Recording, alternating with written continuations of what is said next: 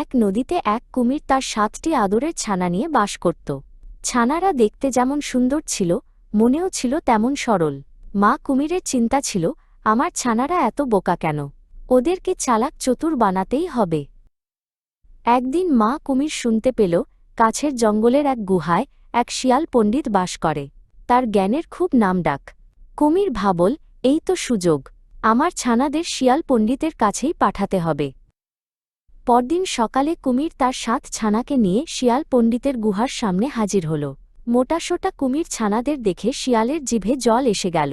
সে একগাল হেসে বলল, অবশ্যই, ওদেরকে আমার কাছে রেখে যান, আমি ওদেরকে নিজের হাতে জ্ঞান দেব। ১ সপ্তাহ পর মা কুমির তার ছানাদের দেখতে এলো। শিয়াল এরই মধ্যে একটা ছানাকে খেয়ে ফেলেছে। সে কুমিরকে বলল, আপনি বাইরেই দাঁড়ান, আমি এক এক করে সবাইকে ডেকে আনছি। শিয়াল একটা ছানাকে বাইরে এনে দেখিয়ে আবার ভেতরে নিয়ে গেল। এভাবে সে বাকি ছানাদের দেখাল, কিন্তু ৭ নম্বর ছানার সময় সে শেষের ছানাটিকেই আবার দেখাল। মা কুমির ভালো করে গুনতে পারত না, তাই সে খুশি হয়ে ফিরে গেল।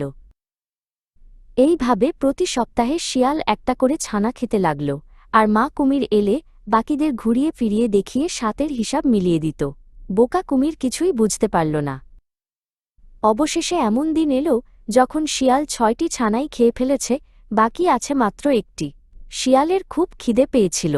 সে ভাবল, শেষ ছানাটাকেও খেয়ে ফেলবে, আর মা কুমির আসার আগেই পালিয়ে যাবে।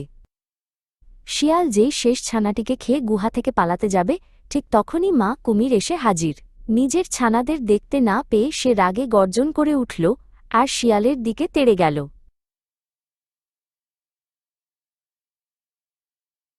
কুমির এক লাফে শিয়ালের পেছনের পা কামড়ে ধরল।